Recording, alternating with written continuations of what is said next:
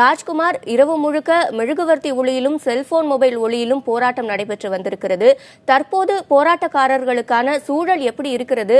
அமைதி வழியில நடைபெறும் இந்த போராட்டத்திற்கான ஆதரவு பெருகி வருதா?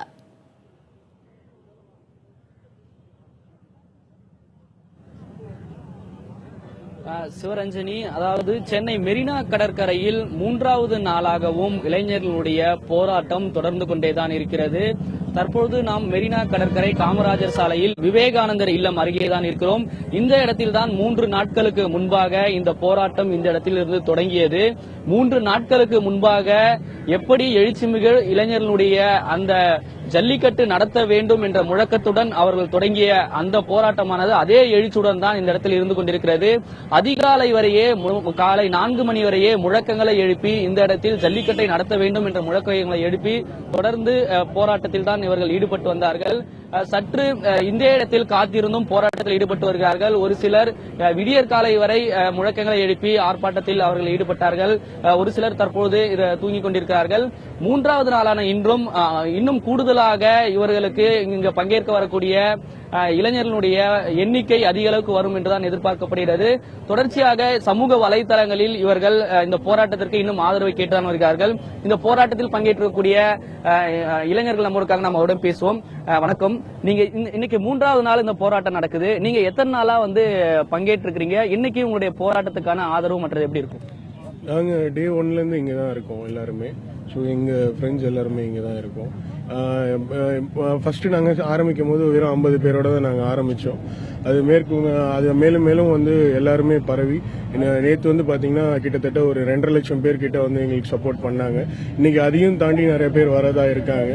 ஸோ எங்களோட கோரிக்கைகள் நிறைவேற்றும் வரை நாங்க இந்த போராட்டம் கண்டிப்பா தொடரும். அது எத்தனை நாளா இருந்தாலும் சரி, எங்களுக்கு வாடிவாசல்ல லைவா உங்களோட தொலைக்காட்சியில நீங்க அதை காமிச்சாதான் நாங்க இந்த இடத்த விட்டு கலைவோம். அதே போல நீங்க போராட்டம் தொடங்கும் போது அமைச்சரையோ முதலமைச்சரையோ சந்திக்கணும் என்று கோரிக்கை வச்சீங்க. ஆனா 2 முறை அரசு உங்களை பேச்சுவார்த்தைக்கு அழைத்திருந்தாங்க. உங்களுடைய கோரிக்கையை ஏற்றுட்டாங்க. இன்னைக்கு தமிழக முதலமைச்சர் டெல்லியில பிரதமரை சந்திச்சு பேசுறாரு.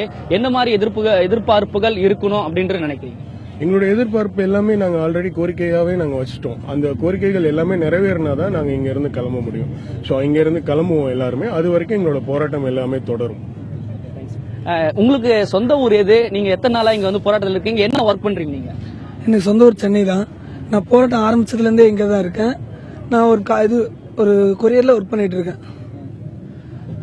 இப்போ நீங்க கேட்டீங்க இல்லையா கோரிக்கையை பத்தி, நான் கோரிக்கையை பத்தி தெளிவா சொல்றோம். எங்க கோரிக்கை எல்லாமே ஜல்லிக்கட்டு நடக்கணும், எஃப்ஐஆர் போட்டவங்களை கீக்கணும், அவ்வளவுதான். அத ஓபிஎஸ், அதாவது முதல்வர் அவர்கள் இங்க நேரா சொல்லணும். எங்களுக்குன்னு எந்த பிரதிநிதிகளும் அவங்கள சந்திக்க மாட்டாங்க. அவங்க கூப்பிடுறதும் அது வீண் தான். முதல்வர் அவர்கள் நேரா இங்க எங்க கிட்ட பேச்சுவார்த்தை நடத்தி இது நடக்கும், அது நடத்துறோம், அது நடக்கும், அங்க நடக்கிறத நாங்க இங்க பார்த்த பிறகு தான் இங்க கலைஞ்சு போவோம். அது வரைக்கும் எல்லாருமே இங்க தான் இருப்போம். இதே போல நீங்க என்ன ஒர்க் பண்றீங்க? நீங்க ஒர்க் பண்ற இடத்துல நீங்க இந்த போராட்டத்துல பங்கேற்றது தெரியுமா? உங்க ஃபேமிலி மெம்பர்ஸ்க்கு இதை பத்தி தெரியுமா? அவங்க என்ன சொல்லிருக்காங்க நீங்க பங்கேற்று? என்னோட ஆபீஸ்ல நான் ஒன்னும் இதை பத்தி பேசல. 2 நாள் லீவ் போட்டிருக்கேன். ஆக்சுவலா எந்த பிரச்சனையும் இல்ல. எங்க வீட்டுல திட்டினாங்க. இருந்தாலும் பெண்களே இங்க இருக்கும்போது பசங்களுக்கு என்ன, நீ இருந்துட்டு வாடா அப்படின்ட்டாங்க. அவ்வளவுதான். மத்தபடி எந்த பிரச்சனையும் இல்ல. ஜல்லிக்கட்டுல ஏதோ நீங்க பங்கேற்றிருக்கீங்களா? இல்ல அதை நேர்ல எல்லாம் பாத்துருக்கலாம் இதுக்கு முன்னாடி? இல்ல, நான் நேட்டிவ் சென்னைன்றதுனால ஜல்லிக்கட்டை பத்தி எனக்கு அவ்வளவா தெரியாது. நான் ஒரு 2 வருஷமா தான் ஜல்லிக்கட்டு விஷயத்தையே நாங்க கேள்விப்படுறோம். இப்பதான் அதுக்கான தீயே உள்ள வந்திருக்கு. எங்களோட கல்ச்சர்ன்றதே எங்க மனசுல இப்பதான் பதிஞ்சிருக்கு. இவ்வளவு நாள ஜல்லிக்கட்டுனா ஏதோ ஒரு கிராமத்துல விளையாடுறது அப்படின்னு நாங்க இருந்துட்டோம். நாங்க தெரியாம வளர்ந்துட்டோம். ஓகே, நாங்க ஒத்துக்கிறோம், நாங்க தெரியாம வளர்ந்துட்டோம். ஆனா இப்ப தெரிஞ்சிட்ட பேருக்கு அதை விட்டு கொடுக்க மனசு இல்ல. அது இல்லாம இதுல எங்க ஃபியூச்சரோட வருங்காலம் இருக்கு, பால் பத்தின விஷயம் இருக்கு, மாடுங்க அழிய போகுது. அது எல்லாத்தையும் நாங்க காப்பாற்றணும்னா யங்ஸ்டர் நாங்க உள்ள வந்துதான் ஆகணும். எங்க படிப்பு, எங்க தலகணும் எல்லாத்தையும் தூக்கி போட்டு இங்க உட்காந்துதான் ஆகணும். வேலையா இருந்தாலும் சரி, எதுவா இருந்தாலும் சரி, நாங்க உட்காந்து இதுக்கு போராடி ஒரு முடிவு தெரியாம இந்த இடத்துல இருந்து போக மாட்டோம். சிவரஞ்சனி, இவங்களுடைய கேட்டிருக்கிறோம். இந்த இடத்தில் சென்னையிலிருந்து மட்டும் இல்லாமல் பல்வேறு மாவட்டங்களிலும் பல இளைஞர்கள் இங்க பங்கேற்று இருக்காங்க. குறிப்பா நேற்று இளைஞர்கள் மட்டும் இல்லாமல் சிறுவயது குழந்தைகள் முதல் பெரியவர்கள் வரையும் குடும்பத்தினரிடம் இவர்களுக்கு ஆதரவு தெரிவிப்பதற்காக நேற்று போராட்டத்தில் ஈடுபட்டார்கள். இன்றும் தொடர்ச்சியாக ஜல்லிக்கட்டை நடத்த வேண்டும் என்ற அறிவிப்பு வரும் வரை எங்களுடைய போராட்டம் தொடரும் என்று களத்தில் அவர்கள் இருந்து கொண்டிருக்காங்க. சிவரஞ்சனி.